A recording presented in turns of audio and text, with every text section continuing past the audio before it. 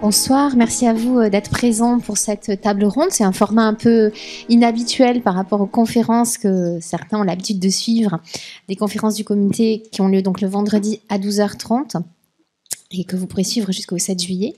Donc aujourd'hui, une table ronde avec de votre gauche à votre droite Antoine Debec, qui est l'auteur, qui est historien, spécialiste du XVIIIe siècle notamment, de l'histoire du cinéma, et qui est aussi l'auteur de l'ouvrage Les Nuits parisiennes, qui a donné envie au comité de faire l'exposition consacrée aux Nuits parisiennes qui ouvrira au mois de novembre à l'Hôtel de Ville. Frédéric Ocard, conseiller délégué auprès du premier adjoint à la maire de Paris et chargé des questions relatives à la nuit. Et enfin, François Buot, auteur de Gai Paris, une histoire du Paris interlope entre 1900 et 1940, et qui est aussi un spécialiste donc, des nuits parisiennes de la première moitié du XXe siècle. Alors, pour commencer peut-être, je vais vous demander quel est pour vous le moment clé, donc peut-être Antoine, quel est le moment clé de la nuit parisienne? À quelle période la nuit est-elle à son apogée à Paris, d'après vous?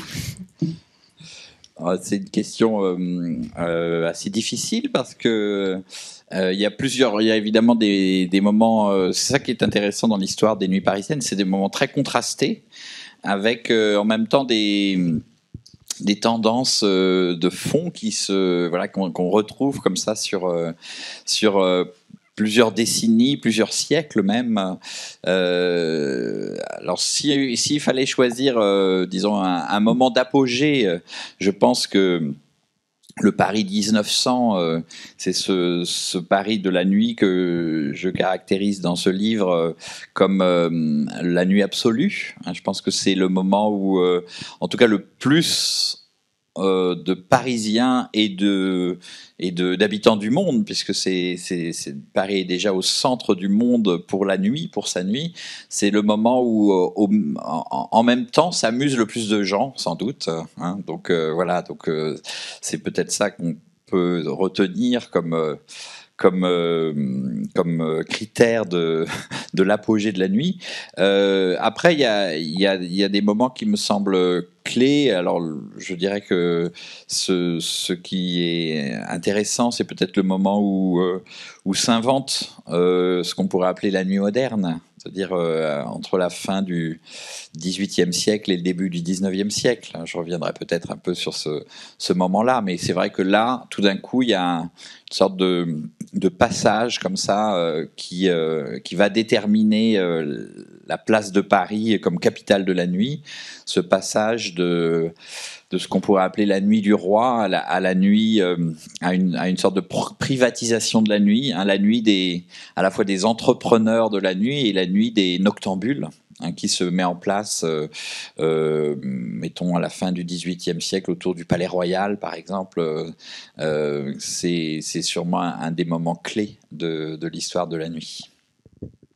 Alors, on va peut-être revenir, mais vous avez parlé de capitale de la nuit, de Paris au centre du monde. Donc, peut-être quelle est la spécificité, donc hier comme aujourd'hui, de la nuit parisienne? Est-ce qu'il y a des caractères qui distingueraient, d'après vous, Paris d'autres capitales de la vie nocturne? Oui, si vous voulez que je commence ça. Oui, ça s'adresse à vous entre autres, mais surtout à vous pour aujourd'hui au moins. Voilà, comment aujourd'hui, qu'est-ce qui distingue Paris des autres capitales européennes pour sa vie nocturne? D'abord, je pense que je voulais répondre à la première question.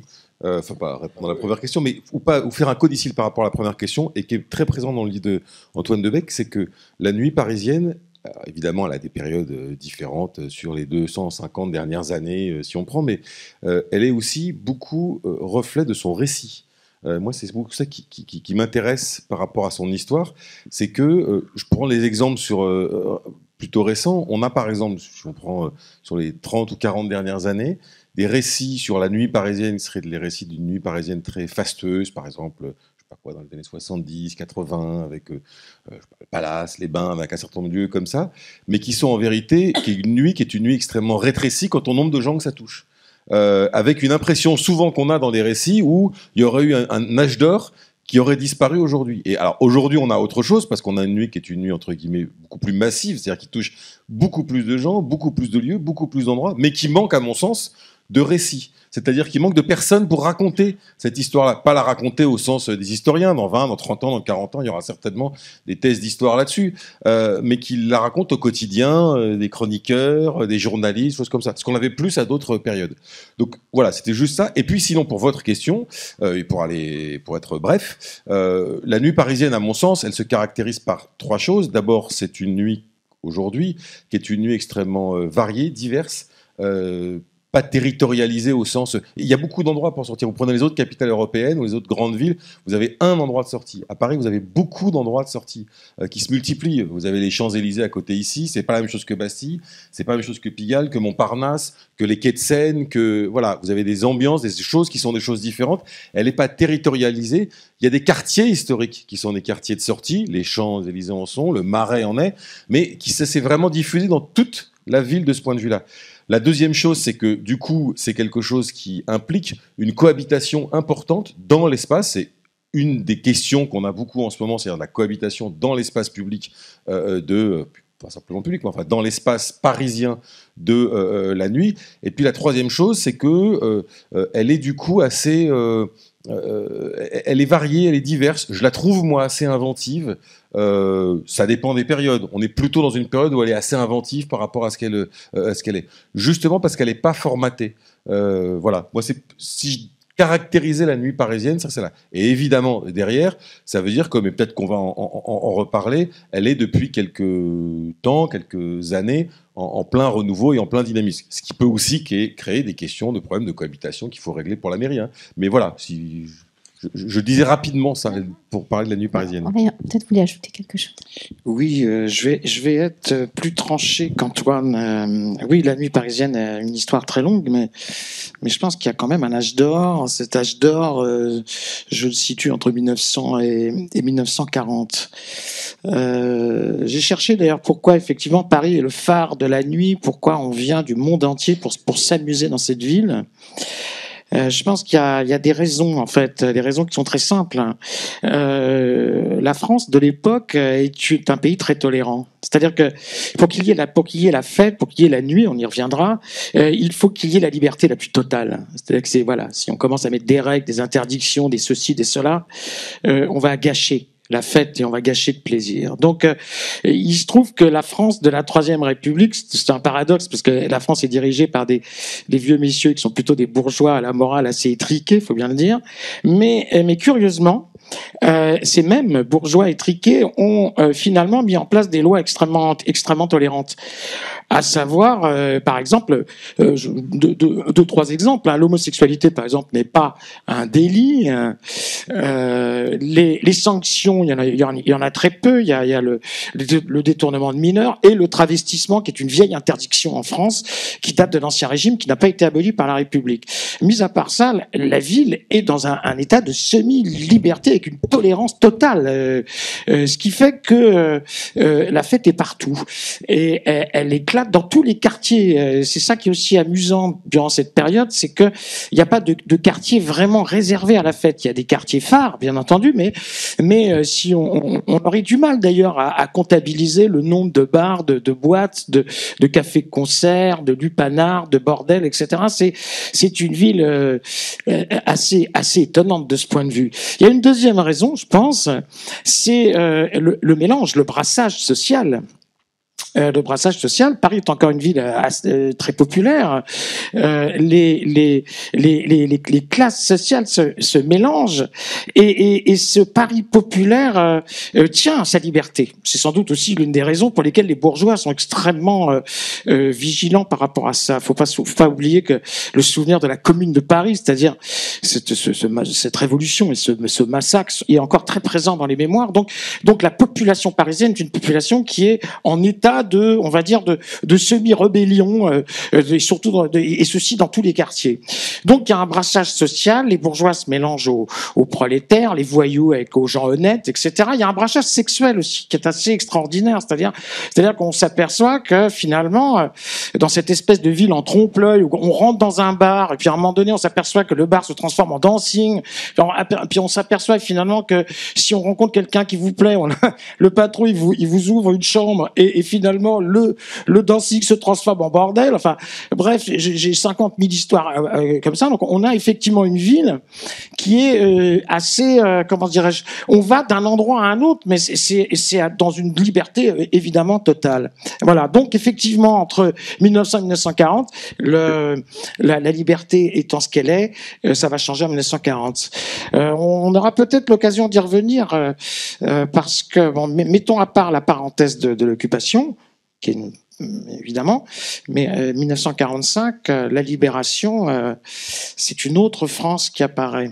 Et là aussi, c'est un paradoxe, mais une France beaucoup plus dure, beaucoup plus rigide, avec des lois qui sont extrêmement sévères, jusqu'à aujourd'hui. Il faut bien le dire. Bon, on reviendra peut-être sur ce brassage et ses contraintes, mais vous avez évoqué la question de la cohabitation dans la nuit, et ça ferait partie de vos rôles comme conseiller à la nuit aussi de faciliter, de concilier en fait les usagers de la nuit.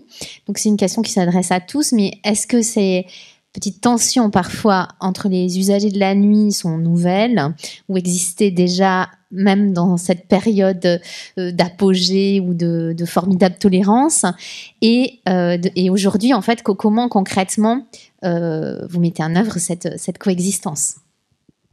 Alors c'est une question qui naît avec la nuit parisienne, c'est-à-dire que la nuit a tenu à se trouver des lieux où justement cette liberté dont parlait François pouvait être à la fois totale et totale parce que garantie. Voilà. Donc et forcément c'était aussi une manière de régler la question de la cohabitation avec disons ceux qui ne font pas la fête la nuit. Donc et alors on peut dire d'une certaine manière que trouver des lieux pour faire la fête, c'est comme ça qu'est née la nuit à Paris. C'est le premier grand lieu festif qui justement échappe au pouvoir du roi.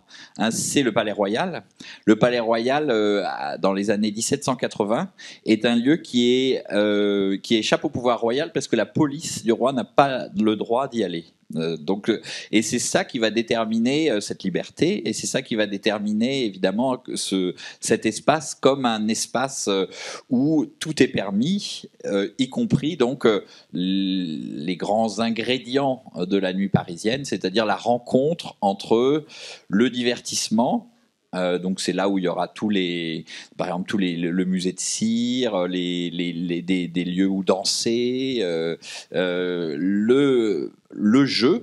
Ça c'est qui est une grande passion du XVIIIe siècle, donc les grands tripots, et puis la prostitution, les bordels. Donc le Palais Royal est ce lieu explosif qui échappe à la police du roi, qui est donc sous l'autorité du prince d'Orléans. Et qui donc est un prince relativement tolérant et qui comme ça va s'inscrire dans l'histoire de la nuit comme le premier grand lieu festif. Alors assez parallèlement se met en place un autre type de lieux nocturnes qui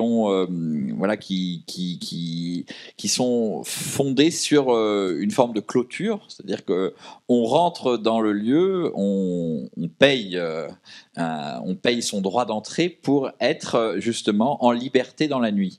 C'est comme ça que se met en place la nuit aussi. Il y a le Palais Royal et puis il y a ce qu'on appelle les Vauxhalls ou les Tivoli, hein, qui sont ces lieux clos, ces grands espaces qui sont donc mis en place par des entrepreneurs de la nuit, hein, et notamment la famille des Ruggieri, qui est la grande famille des artificiers, c'est ceux qui tiraient les feux d'artifice pour le roi, et qui inventent ce lieu, le Vauxhall du Colisée, hein, rue du Colisée, près des Champs-Élysées, et qui va être un petit peu le premier grand espace consacré à la nuit, où vont être réunis dans un espace fait pour cela et clos, c'est-à-dire donc qui n'a pas le problème de cohabitation avec ni la police ni des voisins qui se plaindraient, hein, de la chose, et donc où on va trouver à la fois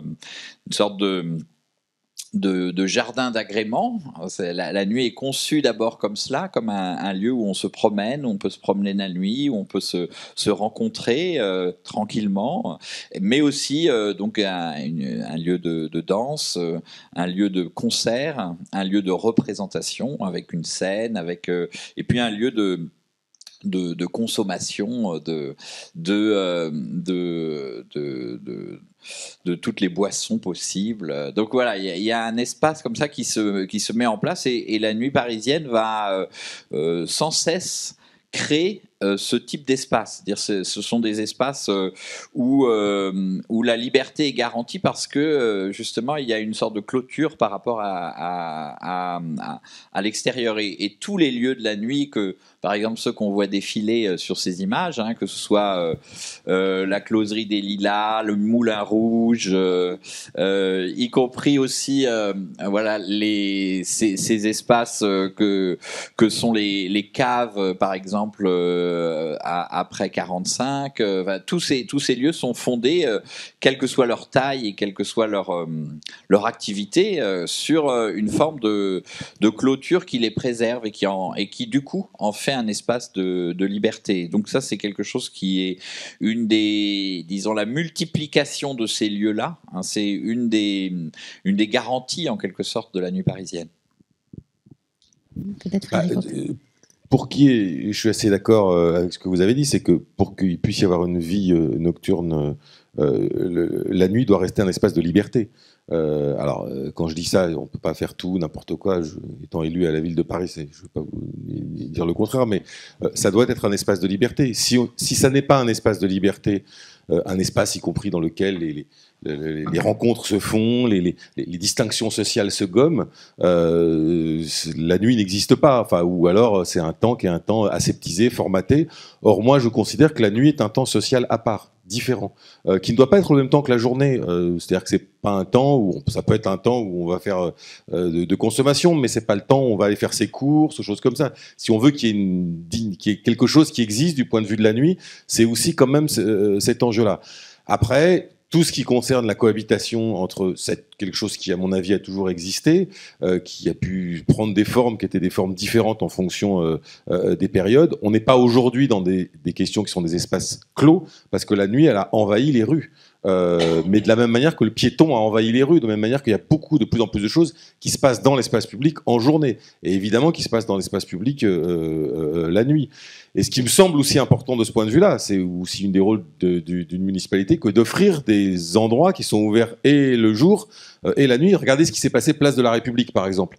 Bon, on a beaucoup parlé de Nuit debout, mais s'il y a une Nuit debout, bon, c'est pas la municipalité qui a lancé Nuit debout, mais à un moment donné, il s'est passé cet aspect agora place de la République de nuit, parce que c'était une place qui était piétonnisée, qui était au centre de Paris. Si vous aviez eu ce que vous aviez il y a quelques années, avec un grand rond-point, avec un square au milieu de voitures, il n'y aurait pas eu ce type de choses, de forum. Bon, après, il y a eu des débordements, mais ça, c'est encore autre chose. Bon, donc voilà, c'est ça. Et après, pour ce qui concerne, dernière chose, les questions qui sont les questions liées à la cohabitation, je crois qu'il y a deux choses. D'abord, il faut faire de la médiation, parce que beaucoup de choses, de conflits, sont liés au fait que les gens ne se parlent pas, mais comme d'autres endroits dans la société, comme à d'autres moments, c'est pas simplement lié au rapport entre le riverain qui a du mal à dormir et le bar qui est ouvert un peu tard. C'est aussi des questions de dialogue qui sont posées à cet endroit-là, et d'acceptation qu'on est dans une ville avec une vie nocturne forte, d'acceptation aussi qu'on est dans un endroit de diversité. on parle souvent du tapage nocturne. La première cause de bruit nocturne à Paris, je le rappelle à chaque fois, c'est le transport. C'est pas la vie nocturne au sens les bars, choses comme ça.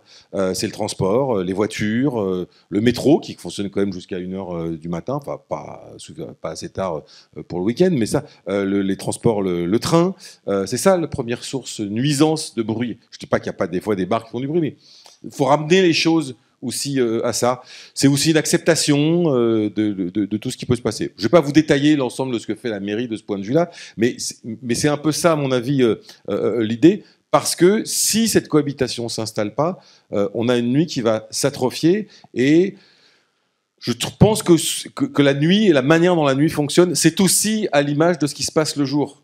Il y a un rapport entre la nuit, entre le jour, la liberté qu'on laisse la nuit, cette bouffée qu'on peut laisser la nuit, c'est aussi à l'exemple de notre vie ensemble, de notre société et de notre démocratie. Donc pour une ville, c'est important qu'elle ait une nuit qui soit une nuit vivante. Si elle a une nuit qui est une nuit morte, d'abord, je ne sais pas si ça existe un jour une nuit morte, mais ça fait aussi partie, à mon sens, du collectif, quoi, et de la vie collective.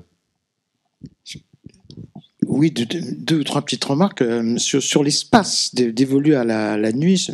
Je rebondirai sur ce qu'a dit Antoine. Ce qui semble évidemment assez extraordinaire à partir de 1910-1920, c'est que on a l'impression que c'est toute la ville qui s'enflamme. C'est-à-dire que, d'ailleurs, j'ai fait exprès de vous choisir quelques photos qui montrent non seulement des quartiers évidemment très différents, mais des endroits qui sont très différents, où visiblement on s'amuse énormément. Si vous regardez, j'ai trouvé par exemple les bains. Les bains publics qui en a beaucoup dans Paris à l'époque. Et les bains sont des endroits qui se transforment, passé une certaine heure, en endroits de rencontres, voire de fêtes, voire des endroits de plaisir. On pourrait citer d'autres exemples. J'ai mis les fameuses Vespasiennes, Vespasiennes à Paris, qui deviennent des endroits non seulement de rendez-vous, de jeux, etc. Bon, et voilà. Donc on a effectivement, et je ne parle même pas des bois, le bois de Boulogne, le bois de Vincennes, les jardins, etc., qui sont littéralement non seulement des lieux de rendez-vous, mais des lieux où les gens évidemment s'amusent. Même les Champs-Élysées, il y a un arbre d'amour aux Champs-Élysées qui est un endroit où on se donne rendez-vous pour ensuite aller s'amuser dans les bosquets quand il fait chaud. Bon, donc l'espace de la fête est devenu global, voilà, à partir de ces années-là. Ce sera plus le cas évidemment après les années 45. La loi devenant extrêmement stricte, la loi devenant extrêmement dure, on va évidemment avoir une fête un peu différente. Alors Antoine, tu m'arrêtes si je me trompe, mais je crois ne pas me tromper. On va effectivement d'abord non seulement se recentrer sur certains quartiers et se recentrer sur des espaces qui sont clos, voire souterrains. C'est amusant parce qu'effectivement les fameuses caves de Saint-Germain-des-Prés, symbole d'une espèce d'euphorie, de liberté, de l'après-guerre, représentent en fait une espèce de repli par rapport aux couches sociales qui sont concernées. C'est finalement une minorité de jeunes gens et en fait et puis le nombre c'est effectivement beaucoup plus restreint. Bon, je pense qu'en fait la réalité c'est que ça rejoindra ma deuxième remarque à votre sujet. La deuxième remarque, c'est que je pense que la France a vécu une espèce de consensus après la Seconde Guerre mondiale. J'en parle un petit peu, Antoine, dans ta somme. C'est évidemment c'est la résistance et le CNR. C'est une espèce de consensus entre d'un côté les communistes qui sont quand même très puissants en 1945, c'est le premier parti de France, et les gaullistes. Ce consensus, en fait, il est simple. Il faut une France nouvelle, donc une démocratie à la fois politique, sociale, la sécu, etc., etc. Bon, mais il faut aussi changer la morale de ce pays qui s'est laissé aller, et il faut donc introduire une espèce de morale stricte, la jeunesse doit travailler, la jeunesse doit faire du sport, la jeunesse doit avoir une vie saine, etc. Bon, alors là, évidemment, c'est la morale à la fois. Bon, on voit bien hein, une espèce de catholicisme véhiculé par la droite gaulliste, et puis en même temps les idées trimballées par les communistes, avec le stalinisme, etc. C'est-à-dire, oui, importé évidemment du non soviétique, dont on connaît effectivement la rigidité en matière de morale. Alors c'est intéressant parce qu'en fait, ce consensus fonctionne. Il fonctionne très bien puisque toutes les forces politiques sont d'accord là-dessus. Donc, on va fermer les bordels, on va nettoyer la capitale, on va évidemment mettre des lois extrêmement dures, y compris d'ailleurs sur l'homosexualité. C'est ça la réalité de la France. Et on n'en est évidemment toujours pas sorti. Ce qui fait que aujourd'hui, et on en revient effectivement à ce que vous dites, je suis d'accord de ce que vous dites, vous avez entièrement raison. Mais le problème, c'est que les lois en France sont extrêmement dures. Enfin, moi, j'étais me promener dans d'autres pays d'Europe. On va pas épiloguer, mais j'ai pas envie de polémiquer non plus d'ailleurs. Mais enfin, c'est vrai que les lois sont quand même beaucoup plus souples dans beaucoup de domaines. Je peux pas prendre d'exemples. Vous les connaissez. Bon, donc ici, c'est terrible. Voilà, c'est la loi s'applique de manière extrêmement dure et contrairement à d'autres voisins qui sont très différents de nous. Donc c'est ça le problème. Et il y a un accord. Et c'est pas les nouveaux dirigeants qui sont arrivés, ils sont jeunes, ils sont dynamiques, ils sont modernes, etc. Mais à mon avis, ils sont conservateurs aussi à ce niveau-là. Donc ça va pas changer, je peux vous le dire tout de suite. Et donc voilà. Donc dernière anecdote. Dernière anecdote quand même, ce qui m'a beaucoup amusé. Je me souviens d'une interview de Jean-Luc Mélenchon qui se présente. Je suis plutôt de la sympathie pour lui d'ailleurs. Donc il n'y a pas de Mélenchon bashing, hein. Mais ça m'a amusé de voir cette interview par un jeune journaliste qui vient le voir il y a 2-3 ans et il a cru faire un bon mot, une bonne question en disant Monsieur Mélenchon, est-ce que vous êtes pour la réouverture des maisons closes? Et alors là, celui qui se présente comme le type qui veut changer la France, machin, etc., qu'est-ce qu'il fait? Il insulte le jeune homme en disant, mais enfin, on ne pose pas ce genre de questions, etc. Oui, il y a un consensus sur toutes ces questions. Alors, on peut rentrer dans le débat, naturellement, mais qui impose des règles, des lois qui sont extrêmement dures et qui briment, d'une certaine manière, quand même, soyons honnêtes, la nuit parisienne telle qu'elle est aujourd'hui. Voilà, encore une fois, j'ai pas envie de... Est-ce que je peux apporter une nuance par rapport à votre propos dans le débat et dans l'échange? Bon, après, la question de l'ouverture ou la fermeture des maisons closes, moi je suis plutôt pour qu'il n'y ait pas de maisons closes et la fermeture des maisons closes. Et je pense pas que ça considère... Non mais je considère le débat, mais je considère pas que ça soit des déterminants entre ceux qui soutiennent la vie nocturne, des choses comme ça. Je pense qu'il faut une vie nocturne dynamique, mais les maisons closes, à mon avis, c'est un autre débat. Mais attention, une chose, c'est que je suis pas sûr qu'il faille faire la dichotomie avec l'après-guerre, comme vous le faites et tout ça. Je vais vous prendre un exemple sur les questions de réglementation. Et oui, on a une réglementation extrêmement lourde en France, et plus particulièrement à Paris, où toute une partie des choses qui concernent la nuit sont dévolues au préfet de police, et pas au maire. Bon, ce qui donne quand même le profil, c'est-à-dire que je travaille bien avec la préfecture de police et tout ça, mais enfin, c'est pas la même chose que, voilà, c'est la police. Bon. La question des débits de boissons.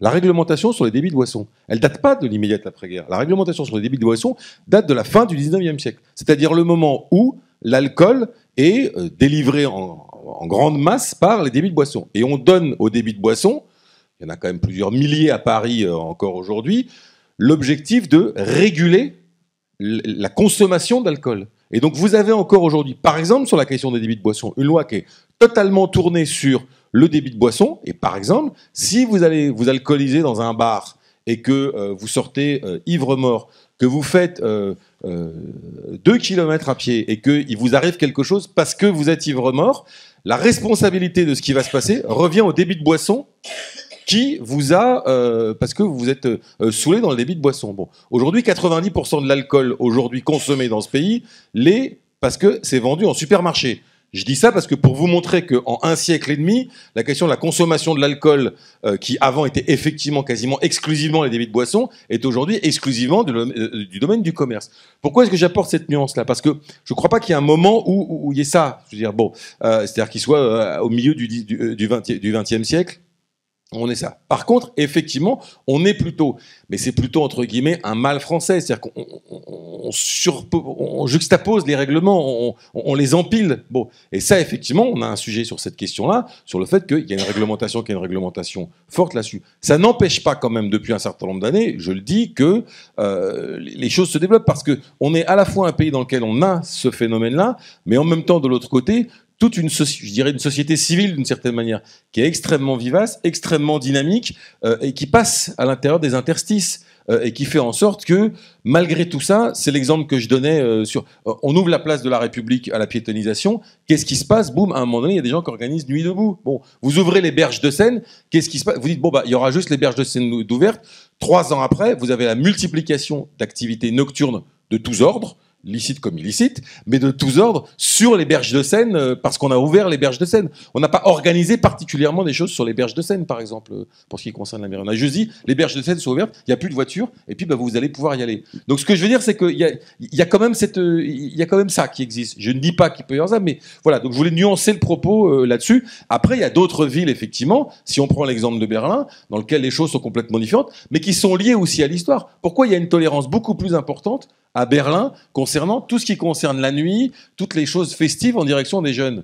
Parce que quand on a construit le mur de Berlin, la plupart des lois qui concernaient la jeunesse pour faire rester tous les jeunes à Berlin. Vous étiez à Berlin dans les années 60, vous étiez jeune, vous étiez dans une prison à ciel ouvert quand même. C'est-à-dire que pour aller en vacances, il fallait faire 200 km dans une autoroute avec des barbelés de chaque côté. Bon, eh bien, par exemple, le service militaire, les Berlinois ont été exemptés du service militaire. On a été beaucoup plus tolérants vis-à-vis notamment de tout ce qui était la jeunesse et donc, du coup, vis-à-vis de tout ce qui était la fête à Berlin jusqu'à encore aujourd'hui, parce que les lois ont été modifiées dans ce Länder-là, parce que quand on a construit le mur, on s'est dit comment est-ce qu'on va faire pour que les jeunes restent un peu? Parce que sinon, tout le monde va s'en aller et la population était en train de décliner. Donc ça s'explique historiquement aussi, par rapport à un certain nombre de choses comme ça.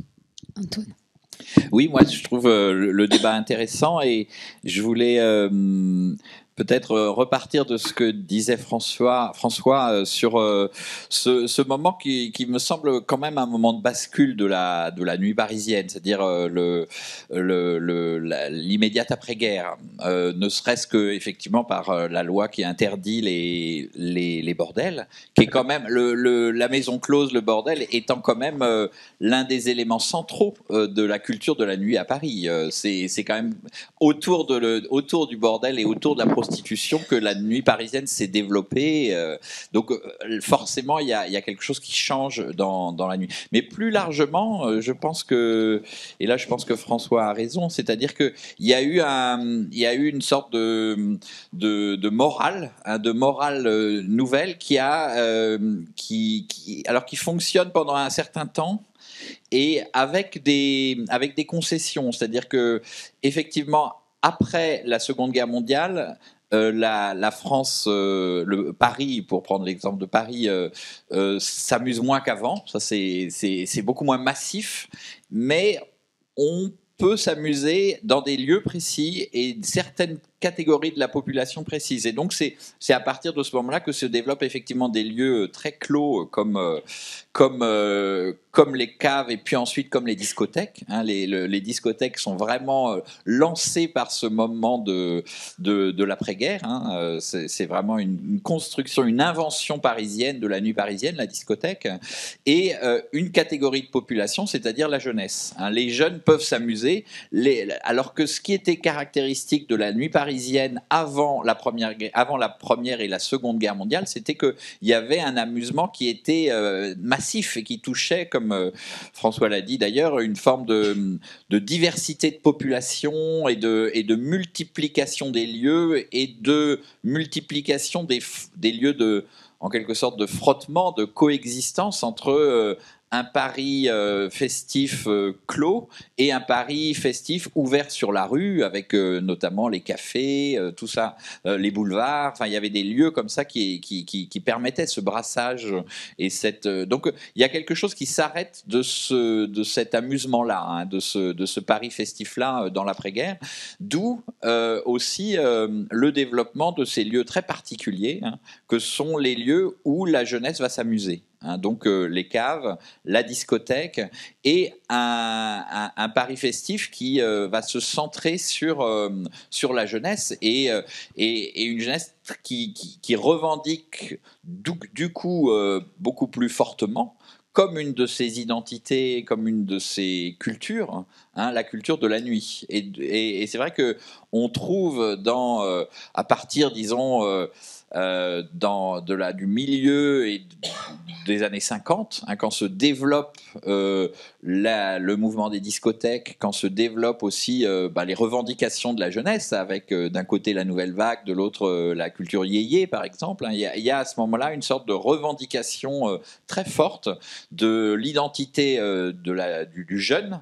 Et une des caractéristiques de cette identité, c'est évidemment la fête et l'espace de la nuit. Donc l'espace de la nuit va être en quelque sorte un espace à conquérir, hein, pour la jeunesse, et elle va le faire de façon assez très puissante. Je voulais pour ça peut-être vous montrer, ça va être l'occasion de vous montrer un petit film, hein, qui a été tourné et qui montre bien cette sorte de spécificité de la nuit parisienne à partir du milieu des années 50 jusqu'à en tout cas jusqu'à la fin des années 80, on va dire. C'est une culture comme ça de la jeunesse, sorte de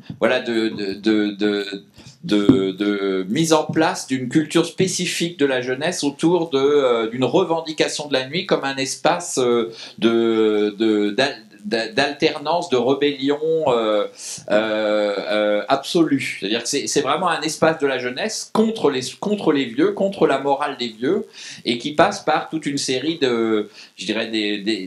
d'expériences transgressives, hein, qui sont la danse, la drogue, la musique, tout, et donc un espace dévolu à ça. Alors le film que je vais vous montrer, il dure une dizaine de minutes.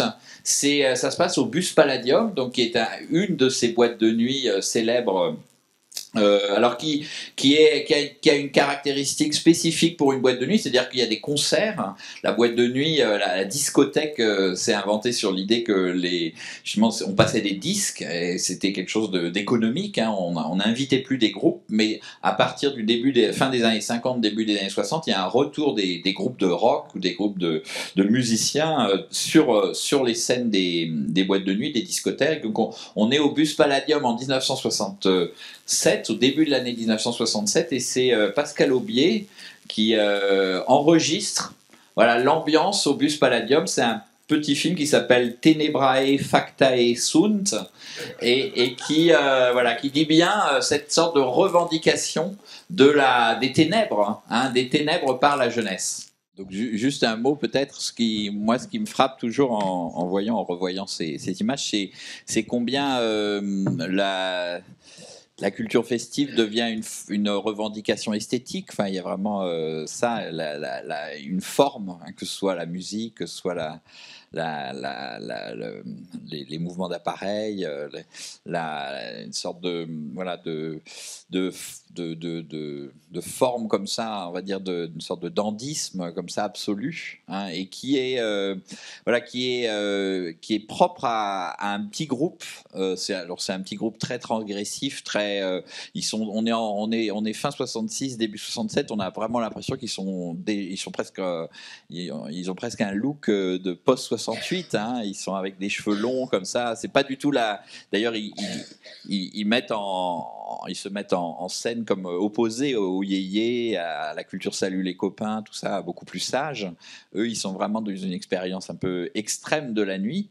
Hein, mais à partir de ce moment-là, la culture de la nuit est comme ça revendiquée par ce genre de groupe, hein, qui impose des esthétiques très fortes, et bon, comme ça qu'on va pouvoir suivre, qui ont leur lieu, et qu'on va pouvoir suivre, je ne sais pas, jusqu'au punk, jusqu'à certains groupes comme ça qui envahissent parfois des soirées du Palace ou des bains. Donc il y a vraiment une sorte de revendication de la nuit par cette culture très transgressive, et qui est à la fois la poursuite, pourquoi pas, D'ailleurs, c'est intéressant le moment où ils se mettent à danser au ralenti sur de la musique sacrée du XVIIe siècle. Hein. C'est très aristocratique en fait. Hein. C'est une revendication très aristocratique comme ça entre soi. Et en même temps, donc il y a l'idée de se mettre dans une tradition de la nuit. Et en même temps, c'est une nuit qui est complètement éclatée, totalement transgressive. C'est pas du tout la nuit massive, la nuit de tous de 1900, quoi. Pour reprendre ce terme que vous utilisez et la discussion de tout à l'heure, est-ce que la nuit, précisément, elle n'est pas nécessairement transgressive?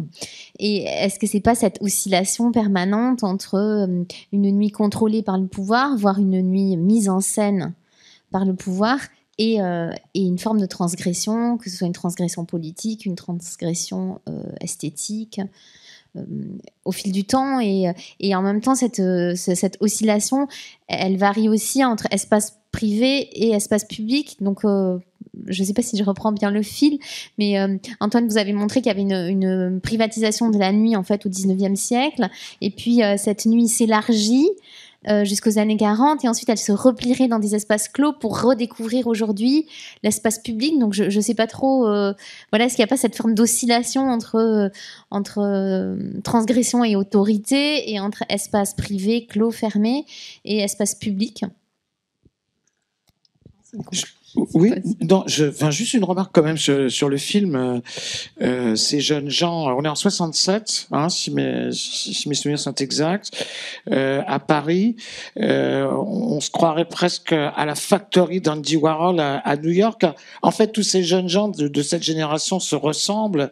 Ils ont tous la même allure. Ils ont déjà les cheveux longs, et ils sont déjà dans une espèce de comment dirais-je, ça annonce évidemment mai 68, les grands chambardements qui vont arriver, et donc voilà, quand on les voit d'ailleurs, on pense à la fois au Who, c'est marrant, c'est l'orchestre, et en même temps on pense à Woodstock, enfin c'est tout ça. En même temps, je peux pas m'empêcher de penser aussi que ces jeunes gens annoncent effectivement ce qui va arriver après, c'est-à-dire à la fin des années 70, la déferlante à la fois évidemment du disco, la déferlante des boîtes de nuit. Tu faisais allusion au Palace, on l'a pas évoqué, mais c'est effectivement un moment assez particulier, cette espèce de folie qui s'empare, pas seulement d'ailleurs de Paris. Là, pour le coup, c'est la France entière. Hein. Je veux dire, on ouvre des boîtes de nuit dans des villes de province, et tout le monde y va, tout le monde a envie de s'amuser, ça craque, on sent que la société est en train de craquer. Et cette période est une période qui va durer effectivement quelques années. C'est une espèce d'ouragan qui va bouleverser complètement la société française. Voilà, les gens vont avoir envie de sortir, vont avoir envie de s'amuser, et ils vont avoir envie aussi de se rencontrer, de se croiser. Parce que je tiens à ça, je pense que c'est un élément très important, c'est le mélange des gens, le mélange des classes sociales, des couches sociales, qui est la caractéristique aussi de ces années, de la fin des années 70 et de la fin des années 70. Voilà, ce mélange qui est quand même un des ingrédients essentiels de la fête. Ce qui fait revenir à Berlin, puisque vous l'évoquiez tout à l'heure, si Berlin, aujourd'hui, j'y étais il y a 15 jours, mais c'est vraiment le hasard, j'étais à Berlin il y a 15 jours, et j'ai pu me rendre compte effectivement de l'extrême liberté de Berlin. Il y a un élément quand même qui est important, et dont on n'a pas parlé, c'est que Berlin est une ville qui n'est pas chère. C'est une ville où effectivement on peut vivre pour 3 fois rien. Et si la jeunesse y est, c'est parce que justement c'est pas cher. C'est-à-dire que pour qu'il y ait la fête, il faut qu'il y ait le mélange de gens qui ont de l'argent, qui en ont beaucoup, mais aussi des gens qui n'en ont pas. Et des gens qui viennent s'amuser, ou tout simplement des artistes, car tous les artistes ne sont pas forcément des gens, en tout cas quand ils débutent, des gens qui ont énormément d'argent, énormément de fric. Donc c'est ce mélange-là qui fait aussi l'ingrédient essentiel pour qu'une ville soit un phare de la nuit. Sans vouloir jouer à l'ancien combattant, j'ai été à Londres dans les années 70. C'était une ville qui était effectivement pas chère, où effectivement ça c'était incroyable. D'ailleurs, le nombre de concerts, de bars, etc. Tout ça ne coûtait rien. J'ai été à New York à la fin des années, dans les années 80 et à la fin des années 80 et au début des années 90. C'était une ville déglinguée. C'était une ville où effectivement on vivait pour 3 fois rien. Il y avait une espèce d'ébullition artistique, une ébullition et évidemment une fête absolument invraisemblable. Et puis voilà, j'ai vu aussi ces deux villes se transformer. Et j'ai vu aussi, bien sûr, parce que j'y suis retourné, j'ai vu aussi ces deux villes perdre leur comment dirais-je, leur force d'attraction, parce que voilà, il y a plus que des gens. Encore une fois, j'ai rien contre les gens qui ont du fric, c'est même pas le problème. Mais il n'y a plus ce mélange. On se retrouve entre soi, c'est-à-dire entre gens qui ont de l'argent, dans des endroits, comment dirais-je, qui sont très beaux, mais qui sont évidemment qui n'ont strictement aucun intérêt. Avec et les artistes souvent ne sont pas là, ils sont partis ailleurs parce que c'est moins cher ailleurs. Voilà. Donc c'est un élément très important. Et si on parle évidemment de Paris aujourd'hui, on peut effectivement avoir une certaine inquiétude liée tout simplement au fait que pour vivre à Paris aujourd'hui, c'est très cher. Et c'est lié, je veux dire, la fête est liée à ça. On peut pas nier le truc. D'ailleurs, j'arrête là, mais ce qui a fait l'incroyable vivacité de la nuit dans les années entre 1900 et 1940, c'est que Paris est une ville populaire. Alors certes, il y avait les bourgeois qui venaient effectivement s'encanailler, comme on disait à l'époque, ils adoraient ça, mais c'était une ville largement populaire, et cette population, évidemment, aimait s'amuser, bien sûr. Alors, Paris est une ville moins populaire que entre les deux guerres, par exemple, hein, c'est clair aussi là-dessus. Bon, même si ça reste une ville où il y a une gentrification de la population, enfin n'importe quelle, il suffit de le voir, ou n'importe quelle statistique montre qu'il y a une gentrification de la population, mais on reste quand même sur une ville où on a un mélange quand même malgré tout de population qui reste. Et si on parle plus spécifiquement sur la nuit, il suffit de sortir un peu pour voir que on est là par contre à l'échelle d'une conurbation et donc à l'échelle de la métropole où il y a un brassage de population. Qui se fait. Je sais pas, vous allez à Oberkampf le samedi soir, vous allez voir que vous avez un brassage de population qui viennent de la métropole, qui viennent pas juste parce qu'ils habitent le 11e arrondissement ou le 20e ou choses comme ça. Bon. Donc ça se fait, ce mélange-là. Bon. Ça, c'est le premier élément. Deuxième élément, oui, Paris est une ville qui, par rapport aux autres capitales européennes en termes de mètres carrés, si on compare par exemple, je sais pas quoi, par rapport à Londres, bon, on reste quand même en dessous, même si on a une augmentation là-dessus. Mais je fais juste un petit codicile sur les questions qui sont les questions de nuit, parce que on est sur les espaces parisiens, qui sont les espaces nocturnes. Je prends les exemples, que ce soit les espaces publics, ou même les exemples qui sont les exemples de boîtes de nuit et tutti quanti d'espaces là. On n'a pas le même phénomène que dans les autres capitales européennes. Dans les autres capitales européennes, je prends l'exemple de Berlin, il y a un exemple qui vient de se produire, c'est qu'à Berlin, une des principales boîtes de nuit berlinaises s'appelle le Watergate, va être obligée de déménager à l'extérieur de l'endroit dans lequel elle est, parce que l'endroit a été racheté par un promoteur immobilier et que le prix du loyer est multiplié par 3, et donc évidemment, ils vont devoir déménager ça. Pourquoi est-ce que je dis ça? Parce que la préservation, que ce soit sur le point de vue de l'espace public, ou que ce soit de lieux qui peuvent être des lieux festifs et dédiés à la fête, et si on dit des lieux festifs et dédiés à la fête, où on veut que ça soit des lieux de brassage, évidemment, il ne faut pas que ça soit des lieux où le prix du mètre carré va être beaucoup trop cher, parce que sinon vous allez vous retrouver dans quelque chose où ça va être cher l'entrée, où la tarification, je sais pas quoi, du moindre boisson va être très chère, et effectivement, vous n'aurez plus cet aspect-là de brassage. Et nous, c'est des choses sur lesquelles, là je mets ma casquette, enfin je l'avais déjà avant, mais plus de ce qu'on fait sur le plan municipal, c'est des choses sur lesquelles on est extrêmement attentif. Là, si vous avez vu passer, on vient de faire un plan Réinventer Paris. Réinventer Paris, c'est les appels à projets qu'on est en train de mettre en place pour dédier des espaces, pour faire des appels à projets pour que dans des espaces, on installe des activités et on développe ça. Là, on vient de faire un Réinventer Paris sur les sous-sols. C'est-à-dire, une grande partie des sous-sols parisiens, les stations de métro, aux sous-sols comme ça, on les a passés dans des appels à projets publics. Et je sais très bien que ça va nous permettre effectivement qu'à un moment donné, on puisse avoir des endroits qui vont être des boîtes de nuit, parce que quand vous dites sous-sol, c'est effectivement à ça que ça va s'adresser, mais pas que, et qui vont être dans Paris, et qui à un moment donné vont effectivement, comme c'est des appels à projets qui sont des appels à projets qu'on fait, on va être sur du foncier qui va pas être du foncier trop cher. Évidemment, il y aura une forme de rentabilité, mais qui ne sera pas du foncier trop cher. Pourquoi est-ce que je dis tout ça? Parce que effectivement, je crois que là-dessus, les pouvoirs publics ont un rôle de garantir à ce que la nuit continue à être un endroit de rencontre. Et qu'il y a des capitales sur lesquelles c'est pas fait. Londres, par exemple, c'est une ville qui, parce qu'elle n'a fait aucune régulation, aucune action dans ce domaine-là dans les 5 dernières années. Alors, le nouveau maire Sadiq Khan essaye de rattraper les choses. Il a mis en place une night tsarine. Voilà, il y a un sommet où je vais la semaine prochaine des maires de nuit organisé par la ville de Londres autour de ça. Mais sous Boris Johnson, le maire précédent, ils n'ont rien fait sur cette question-là. 30% des clubs à Londres ont fermé. 30%.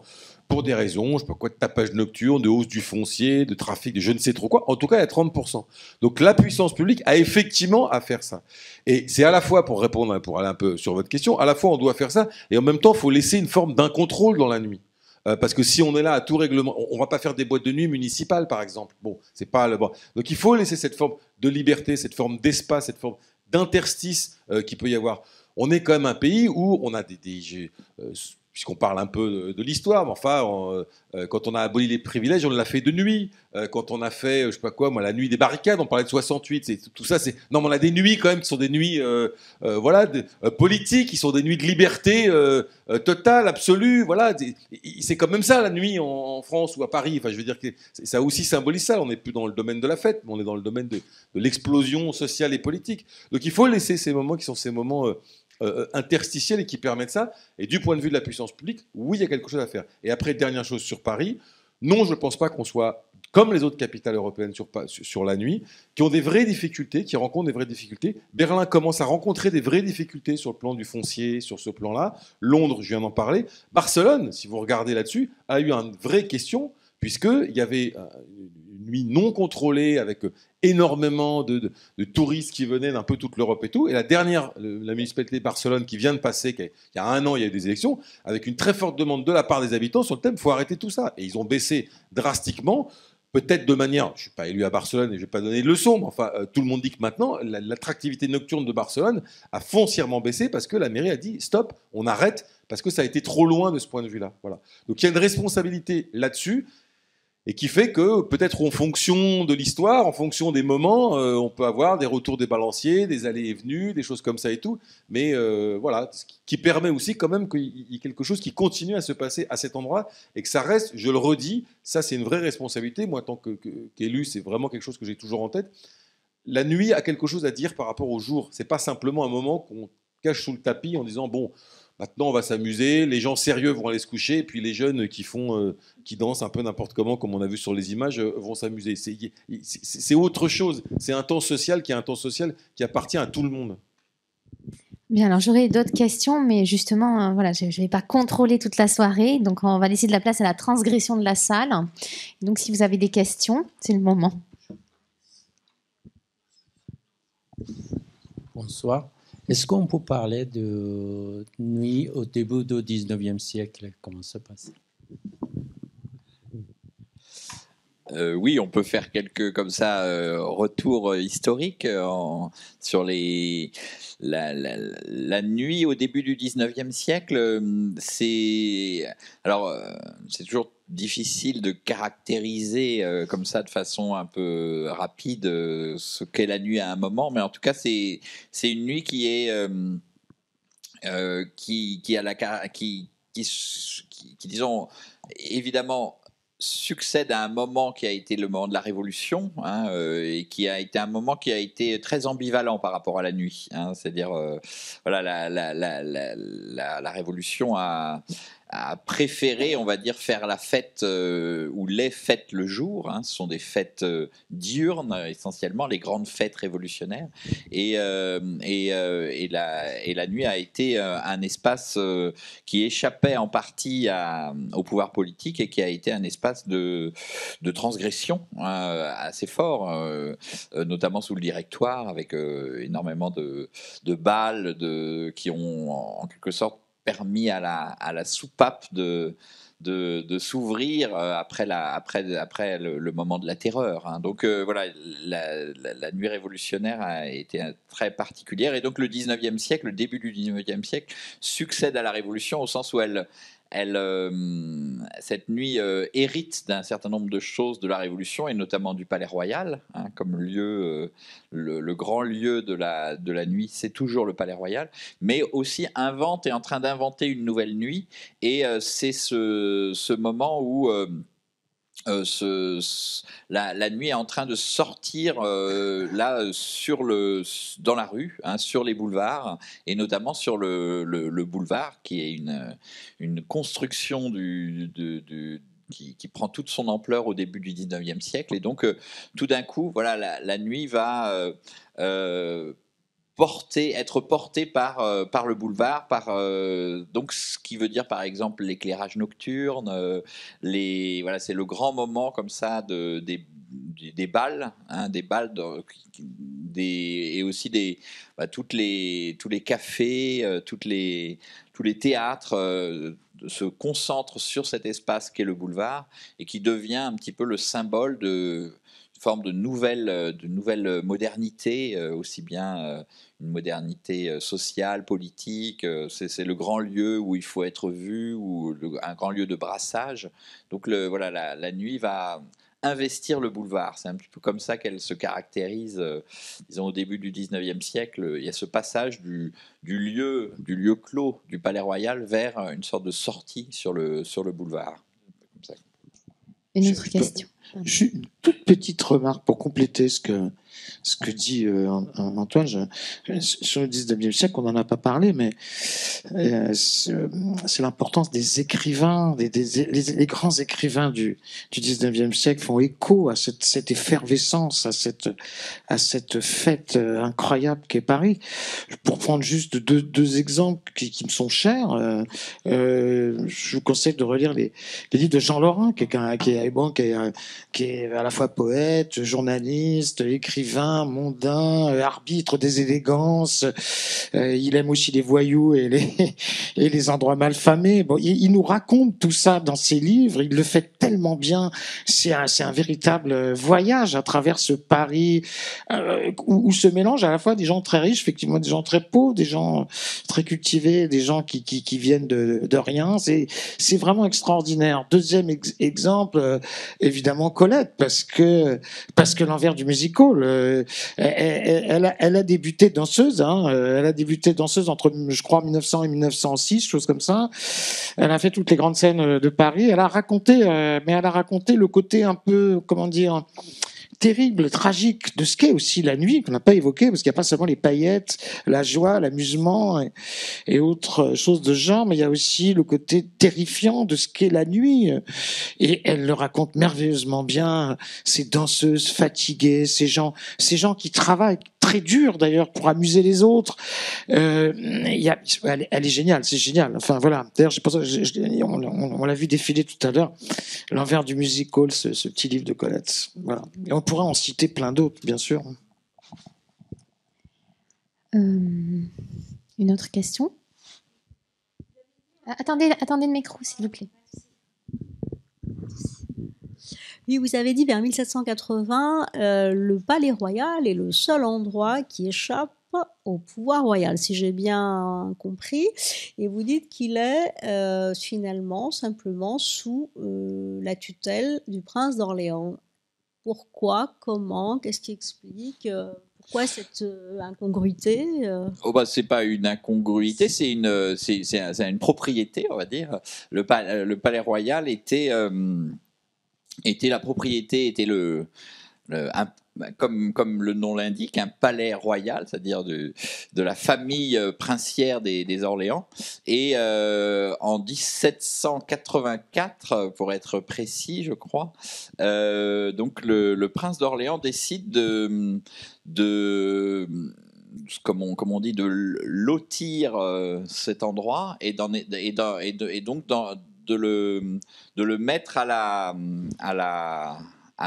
vente publique, hein. Et donc le Palais Royal ne cesse d'être le lieu spécifique de la famille d'Orléans pour devenir un espace public, mais en gardant un certain nombre de caractéristiques, notamment parmi les privilèges du prince d'Orléans, il y a cette idée qu'il a sa propre police.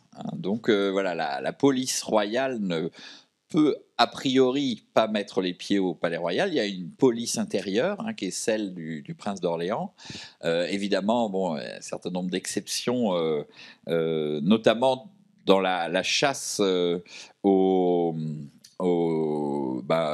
tout ce qui concerne les tripots, hein, la police royale veut mettre quand même son nez sur ces affaires-là, et de même sur la prostitution. Donc voilà, il va y avoir une sorte de guerre des polices, si on veut, au Palais Royal. Mais en tout cas, ce qui est vrai, c'est que c'est un lieu de liberté, hein, et c'est pas du tout étonnant que ce soit là que naisse la nuit, et c'est pas du tout étonnant non plus que ce soit là que naisse la Révolution française, hein, voilà. Et ça dit bien aussi que ce qu'on a tous un petit peu dit, c'est-à-dire que la nuit nécessite un espace de liberté et qui est très régulièrement en France aussi un espace politique. C'est-à-dire, voilà, il y a un lien très fort entre l'histoire de la nuit à Paris et l'histoire politique parisienne ou française. D'ailleurs, il reste cette fameuse comptine sur le Palais Royal qui est « Le Palais Royal est un beau palais, toutes les jeunes filles sont à marier ». Qui raconte ça. S'il n'y a pas d'autres questions, c'est là-dessus qu'on va s'arrêter. Mais y a-t-il d'autres questions? Oui. Oui, bonsoir. J'ai entendu quelqu'un dire, un des intervenants dire que la société craquait la jeunesse faisait craquer vers la fin des années 60 la société, enfin ça craquait de partout. Est-ce que ce n'est pas le propre de la société de craquer à chaque génération un tout petit peu? Est-ce qu'à travers tous les siècles, il n'y a pas eu, il me semble, ce genre de phénomène? Et puis, ce que je voulais dire, j'ai perdu le fil. Ah mince. C'était François qui parlait. Oui. Non, mais là, c'est quand même un phénomène. Oui, bien sûr, dans l'histoire, on a des phénomènes de révolte, excusez-moi, et de craquement, comme vous dites. Excusez-moi, ça m'est revenu. On a eu, je vous interromps rapidement, on a eu le phénomène des années folles juste après la Première Guerre mondiale. Ce phénomène des yéyés arrive un petit peu avec un peu de décalage par rapport à la Seconde Guerre mondiale. Il me semble qu'à chaque moment, et il me semble bien que la nuit, si je ne me trompe, est faite dans le psyché humain ça a la même caractéristique que le carnaval. C'est fait justement pour faire ce qu'on n'a pas le droit de faire en plein jour. C'est-à-dire, on transgresse un petit peu allègrement la nuit pour faire éclater le corset de la journée. Ce qui est le propre du carnaval, d'ailleurs. Oui, bien sûr. Les historiens l'ont bien montré. Le carnaval, c'était la soupape qui évitait que la cocotte explose. Donc, effectivement, il fallait laisser un espace comme ça de liberté totale, de fête, qui durait un temps bien défini. Puis après, l'ordre social et l'ordre politique revenaient en place. La particularité quand même de 68, c'est son côté à la fois massif. C'est énorme. Ça touche la planète entière. Et l'autre aspect qui rejoint notre sujet, notre débat, c'est l'importance à la fois du politique, de la sexualité, de la musique, enfin tout est lié. C'est-à-dire que ça va craquer dans tous les sens, et ça va avoir évidemment un impact qui est évidemment colossal dans beaucoup de pays, dont le nôtre. Voilà. Donc là, on a un phénomène ici qui va casser légèrement le fameux consensus que j'ai évoqué tout à l'heure, voilà, sur la morale, le travail, etc. Et donc voilà, on sent bien que la société française va changer. Voilà, ça va se faire, on va dire, très progressivement.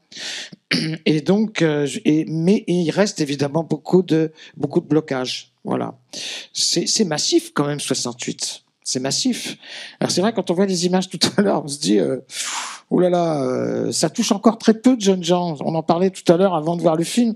Là, ils sont très peu nombreux en 67. Mais c'est contagieux, cette espèce d'envie de transe, d'extase, de jouissance. Parce que c'est ça, en fait. C'est ça, hein, on les voit. Ils ont envie c'est d'ailleurs très, très sexuel, la manière dont ils filment ces jeunes femmes, ces jeunes gens qui sont beaux d'ailleurs. Ils sont tous très beaux. Et il y a un côté très sexuel. C'est la liberté sexuelle, la liberté totale. Voilà, c'est ça qui est revendiqué par cette génération, et pas seulement à Paris. Ça existait déjà au 19e, à travers tous les opionomanes, enfin toutes les tendances. Oui, non, on parle sûr beaucoup des 68, il y a mais des moments comme ça où c'est cette envie de cette jouissance, puisque c'est ça effectivement dont il est question, va s'exprimer par des sortes de transes pendant la nuit, et par exemple le cancan a joué tout à fait ce rôle-là à la fin du 19e siècle. C'est sûr que il y a une sorte de moment comme ça qui échappe à l'ordre et qui va être un moment, un espace et un moment de transgression possible, permis, toléré en tout cas, et dans lequel s'engouffre cette envie de jouir ou cette revendication à la transgression, quoi. Donc oui, et c'est vrai que on voit ces moments revenir assez régulièrement. Vous avez absolument raison. Alors, je me permets de vous dire qu'on a eu à 12h30 une conférence sur les balles de carnaval, les balles masquées. Et donc, les conférences étant enregistrées, si vous n'étiez pas là à 12h30, vous pouvez re-regarder en podcast la série de conférences, notamment celle sur les balles masquées et les transgressions du bal masqué. Oui, moi, j'avais une question. C'était, vous savez, dans les années 70 ou 80, il y avait des fêtes qui avaient lieu dans les catacombes. Et je voulais savoir si, disons, ces fêtes étaient interdites. Et je voulais savoir, donc ça faisait partie donc, de la transgression. Et en même temps, maintenant, on voit, vous savez, avec les réseaux sociaux, on voit des fêtes qui s'organisaient via une page Facebook et tout le monde se retrouve à un endroit ou autre, un endroit tenu secret jusqu'à la dernière minute. Alors, je veux dire, donc ces deux types de fêtes. Je voulais savoir si ça faisait partie, disons, de la transgression de Paris, ou alors on trouvait ça un petit peu en Europe. Merci. Alors pour les catacombes, il n'y en a pas dans tous les pays d'Europe, donc voilà, je crois qu'il y en a toujours. Moi, quand j'étais plus jeune, j'allais faire des fêtes dans les catacombes. Maintenant, je n'y vais plus, c'est interdit, donc je le répète et je le précise. Voilà. Après, oui, il y a un phénomène par contre qui s'est développé, mais qui a un peu tendance sur les rendez-vous, vous aviez eu il y a quelques années avec les apéros, choses comme ça et tout, qui se développe beaucoup à Paris, qu'on voit un peu dans les catacombes, mais je pense un peu moins, même si j'ai pas de statistiques particulières là-dessus, mais qu'on voit beaucoup se développer dans tout ce qui est dans la périphérie. Notamment dans le bois de Vincennes, depuis quelques années, vous avez quand même beaucoup de phénomènes festifs, de regroupements comme ça, via Facebook, ou de gens qui se donnent rendez-vous qui cherchent des espaces, tout simplement, ou par affinité, et ça, oui, ça se développe beaucoup dans l'espace public, ou même comme ça. Je vais vous raconter une anecdote. J'étais au festival We Love Green la semaine dernière. Il y a 15 jours, le festival se finit le samedi soir vers 1h30, 2h du matin. Je sors, on repart, et puis on entend de la musique. Je me dis, tiens, on va aller voir. Et il y avait 250, 300 personnes qui étaient dans une espèce de clairière, qui avaient amené un barbecue, un machin, choses comme ça et tout, et qui avaient pour l'habitude de se regrouper tous les samedis, simplement parce qu'ils trouvaient un espace convivial, festif. On venait pas forcément... Tout ça n'avait rien de légal. En même temps, ils emmerdaient personne. Bon, et qui on a discuté, me dit, il faut que vous reveniez dans 15 jours, parce que là, franchement, il y aura 10 fois plus de personnes. Je dis, bon, attendez, parce que si vous êtes 2000 à cet endroit-là, ça va poser des problèmes, choses comme ça. Bon. Donc, il y a quand même beaucoup de choses qui se font comme ça, mais qui font partie, entre guillemets, de l'aspect un peu transgressif.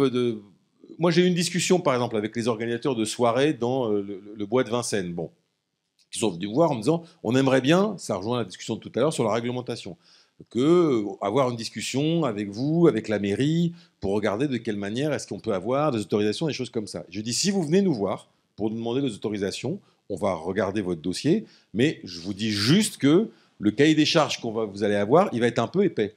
C'est-à-dire notre cahier des charges à nous concernant la ville de Paris, le cahier des charges de la préfecture de police, et puis tout un tas de choses auxquelles vous pensez peut-être pas, par exemple, la question de la biodiversité, pas déranger les animaux, les machins, pas trop d'éclairage, choses comme ça, parce que ça va faire partie des choses qu'on va vous demander, parce que vous allez être sur un espace qui est un espace où il faut protéger la nature et choses comme ça. Je dis, mais si vous nous demandez, et je dis, vous allez avoir un cahier des charges un peu dense. Ils m'ont dit ah ouais, ça va peut-être pas. Je dis après, si vous faites des choses et que on le sait pas, bah écoutez, on va pas vous envoyer la police pour ça. Si vous le faites déjà aujourd'hui, donc il y en a qui m'ont dit ok, on va vous demander d'autorisation, et d'autres qui m'ont dit bah on va continuer à le faire. Et puis il y aura un côté un peu le côté pas vu pas pris. Je dis pas ça pour inciter à ce que on fasse les choses n'importe comment, mais pour vous dire aussi qu'il y a cette forme de tolérance qui fait qu'à un moment donné, bon, voilà, la discussion que j'ai eue avec eux était cet ordre-là. Et du coup, alors il y en a certains qui maintenant demandent des autorisations, choses comme ça, on rentre dans une discussion. Mais voilà, il faut qu'il y ait cette zone grise. Je veux dire, on doit se permettre aussi ça dans notre société. J'ai juste une petite remarque. Je suis très conscient de tous ces problèmes. Je suis d'ailleurs effectivement d'accord. Il y a des impératifs d'ordre public, de sécurité sanitaire, etc., de bruit, de santé publique, que la drogue, etc. Je suis tout à fait conscient de tout ça, bien entendu. Moi, de ce point de vue, je suis pas très honnête parce que je suis pour la transgression. Je pense que ça fait partie de la fête. Ça fait partie, c'est comme ça. Voilà. Donc je suis pour les marges. S'il faut que ça dérange, faut que ça gêne, faut que ça voilà. Donc faut que ça gêne le pouvoir, l'ordre, l'autorité, la société, etc.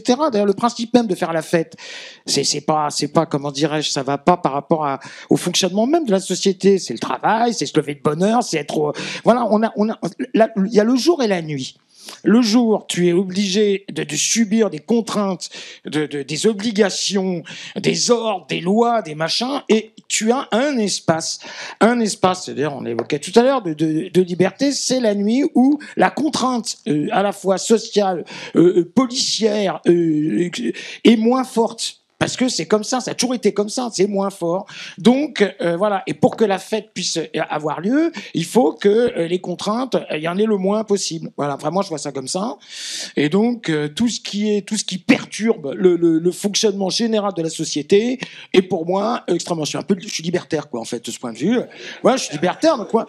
D'ailleurs, ça m'a fait marrer d'ailleurs quand Antoine m'a dit qu'il y aurait le maire de la nuit. J'ai entendu parler de vous, mais c'est à la fois très important parce que vous soulevez des problèmes qui sont réels. En même temps, c'est de mon point de vue, totalement antinomique avec ce qu'est la fête, quoi. Je veux dire, parce qu'il n'y a pas, il y a pas d'organisation, il n'y a pas de flics, il y a rien. Voilà, c'est comme ça. C'est la fête, c'est la fête. Point final. Et donc, et voilà, par exemple, juste un exemple, j'ai participé au début du mouvement des rêves, au mouvement des rêves, par exemple. Bon, le mouvement des rêves, la musique techno. Bon, et qu'est-ce qui nous amusait là-dedans? Il faut être honnête, hein.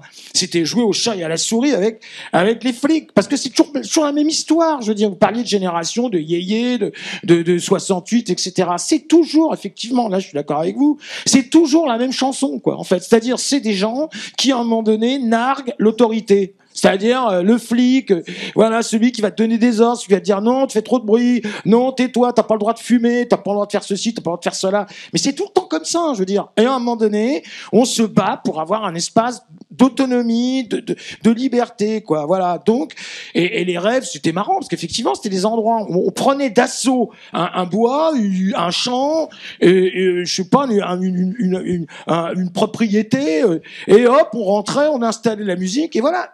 Mais c'est ça, et il y en aura toujours. Il y en aura toujours. Vous aurez beau nommer qui vous voulez pour organiser, encadrer, empêcher. Il y aura toujours des gens qui vous diront, bah non, moi, j'ai envie de mettre de la musique là, et j'ai envie de boire un coup. Je suis pas là pour encadrer, pour réprimer, choses comme ça. D'abord, je suis élu à la ville de Paris. Je suis sur le plan plus coercitif et répressif à Paris, c'est la préfecture de police. Bon. Mais c'est pas pour ça que je veux dire ça, c'est que faut faire attention à la limite de ce discours-là. Je vous le dis, c'est que, par exemple, à Barcelone, ce qui s'est passé, c'est qu'à un moment donné, il y a eu une élection et les gens ont dit on en a marre, on veut plus de ça. Et le résultat des courses, c'est qu'il y a eu un retour de bâton dans l'autre sens. Pourquoi je dis ça? C'est que moi, je suis pour qu'il y ait les éléments transgressifs et choses comme ça. Mais à un moment donné, on va aussi avoir, s'il y en a trop, quelque chose où les gens vont dire c'est plus possible. Et du coup, voilà, ça va s'abattre derrière et on va rentrer dans une phase plus difficile. Qu'est-ce qui s'est passé, par exemple, à Paris en 2008 ? En 2008, il y a plus de coins fumeurs dans les bars et les restaurants. Tout le monde est sorti dehors. Bon, comme ça a été pas géré à ce moment-là, qu'est-ce qui s'est passé ? Eh ben, on a eu plein de bars qui ont fermé parce qu'il y avait du tapage nocturne. Bon. Et il y a eu d'ailleurs une pétition qui s'appelait Paris, la nuit meurt en silence. La ville de Paris, on a organisé des états généraux, on a commencé à regarder comment est-ce qu'on peut faire. Pourquoi ? Parce que le monde de la nuit lui-même disait, mais attendez, qu'est-ce qui est en train de se passer ? Et nous, qu'est-ce qu'on disait ? On disait, bah oui, mais nous, on a quand même pas mal de riverains qui disent, et d'élus, pas d'élus, pardon, et de gens qui disent, après, oui, mais il y a un sujet sur ça, donc il faut trouver. Pourquoi je dis ça ? Pas pour jouer le père la morale là-dessus, on vient d'en parler quand même sur les aspects et ça.